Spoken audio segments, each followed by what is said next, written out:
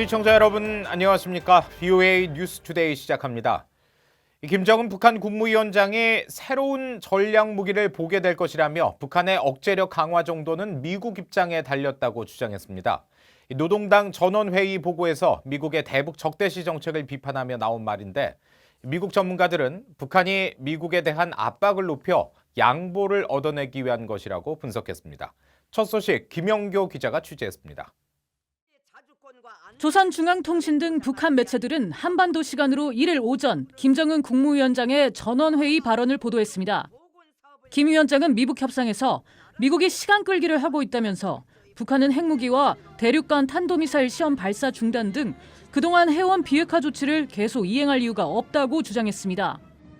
또 미국이 취하고 있는 행동들로 인해 북한을 둘러싼 외부 환경이 달라진 바가 없다면서 인민이 당한 고통과 발전 억제의 대가를 받아내기 위한 충격적 실제 행동으로 넘어갈 것이라며 머지않아 새로운 전략 무기를 보유하게 될 것이라고 위협했습니다. 이어 미국이 미북 관계의 결산을 주저하면 할수록 북한의 위력 앞에 속수무책 당할 수밖에 없고 막다른 처지에 빠지게 될 것이라면서 북한의 핵 억지력 강화의 폭과 심도는 미국의 향후 대북 입장에 따라 상향 조정될 것이라고 밝혔습니다. 미국 전문가들은 김 위원장의 발언은 미국에 대한 압박을 높여 향후 대화에서 미국의 큰 양보를 얻어내기 위한 의도라고 분석했습니다. They are the ones that have stalled negotiations or not allowed them to continue. They are the ones, they're showing us or threatening us with a new strategic weapon, which the most dangerous being an ICBM with a nuclear weapon on it. 맥스웰 연구원은 그러나 김 위원장은 미국의 반응을 지켜보겠다고 밝혀 외교적 여지를 열어놨다고 지적했습니다. 조세프 디트라니 전 육자회담 미국 차석 대표는 북한은 과거에도 이런 식의 위협 발언을 내놓았다면서 지금은 북한이 대화에 임해야 할 때라고 강조했습니다. I've heard strong words over the years. I've been doing this for many years. I think what we have to look at is, the opportunities that are available and his actions. I mean, words are words. It's the actions that are important. Hopefully his actions are coming back to negotiation. 전문가들은 북한이 실제로 대륙간 탄도미사일 시험을 감행할 경우 미국이 이에 상응한 대응을 할 수밖에 없을 것이라며 김 위원장의 지정학적 치킨 게임은 역효과를 낳을 것으로 진단했습니다. VOA 뉴스 김영교입니다. 이런 가운데 앞서 미국 백악관은 도널드 트럼프 대통령의 집권 이후 업적을 정리한 보도자료를 통해 미북 정상회담과 김정은 위원장과의 판문점 만남을 외교 성과로 꼽았습니다. 백악관은 31일 홈페이지에 올린 트럼프 대통령의 취임 이후 3년간 미국인을 위해 기록적인 결과를 냈다는 제목의 보도자료를 내고 이 가운데 대외 정책 항목으로 미북 정상회담을 거론하면서 트럼프 대통령은 북한과 두 차례 역사적 정상회담을 개최했으며 비무장지대를 넘은 첫 미국 대통령이 됐다고 밝혔습니다. 또 미국 행정부는 북한과의 협상이 진행되는 동안 북한에 대한 강력한 제재를 유지해왔다고 강조했습니다. 북한이 최근 노동당 전원회의를 열어 국가 안보를 강조했지만 주요 정책을 바꾸거나 미국과의 핵 협상을 중단할 가능성은 작다고 중국 관영 글로벌 타임스가 보도했습니다. 이 신문은 지난 31일 북한 노동당의 전원회의가 미국의 강경책을 취할 수 있다는 우려 속에 열려 국제사회의 주목을 받고 있다면서 전문가를 인용해 이같이 전망하고 미국은 핵 협상에서 더 실질적인 조치를 취해야 한다고 주장했습니다.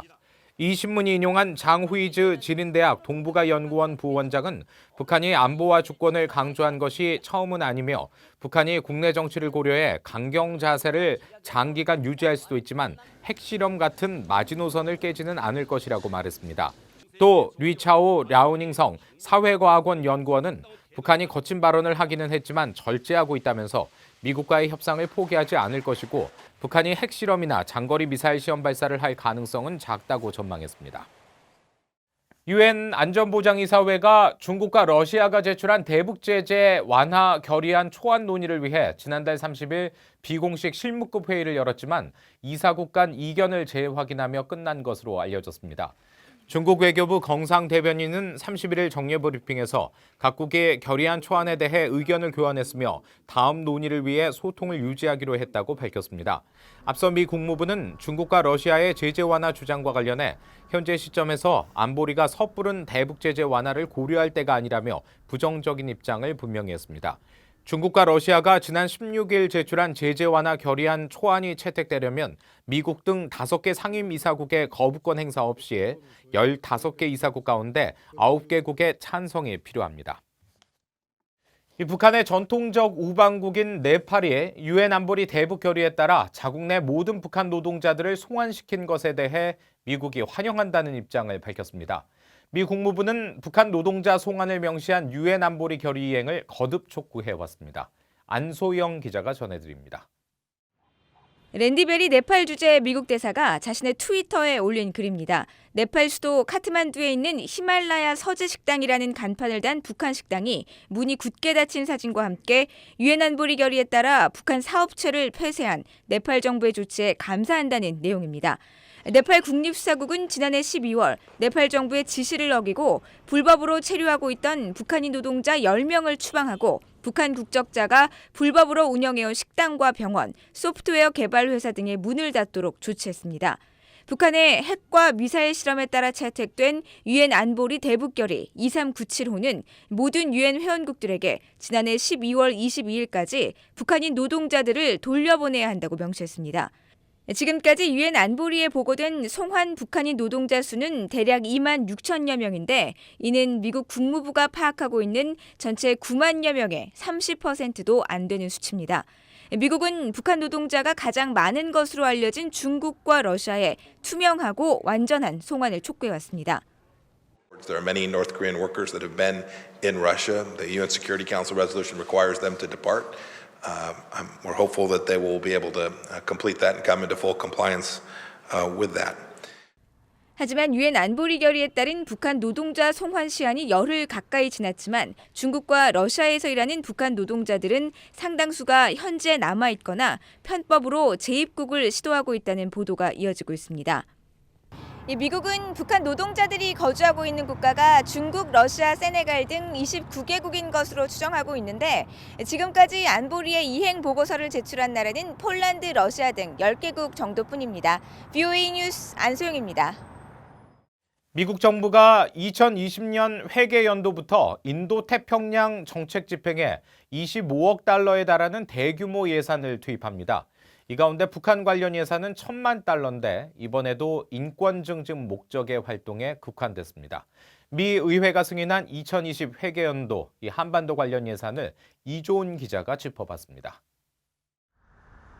미국 정부 각 부처에 대한 2020 회계연도 패키지 예산안은 지난해 말 의회와 도널드 트럼프 대통령의 서명을 거쳐 발효됐습니다. 국무부 해외활동 예산은 한반도를 포함한 인도태평양 지역 정책의 기초가 되는 아리아법, 즉 아시아 안심법과 인도태평양 전략 시행을 위한 예산 25억 달러가 포함됐습니다. 미국의 아리아법은 한국과 일본, 호주를 아시아의 핵심 동맹국으로 두고 인도, 대만과의 군사적, 외교적 관계를 심화하는 내용이 핵심입니다.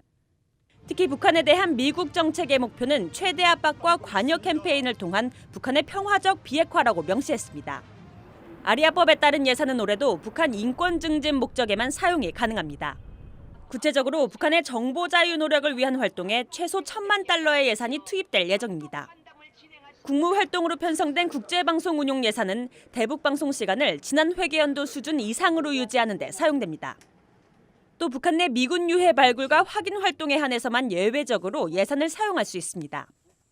북한과 협력하는 해외 국가에 대한 원조 제한 조치 내용도 포함됐는데 현재는 캄보디아가 원조 제한 대상국으로 지정됐으며 이집트와 미얀마는 제외됐습니다.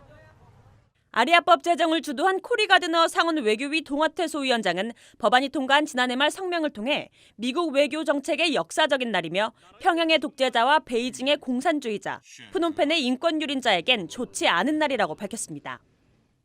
미국 정부는 또 2020 회계연도에도 북한의 사이버 공격 역량을 지원하는 외국 정부에 대한 미국의 원조를 중단할 수 있습니다.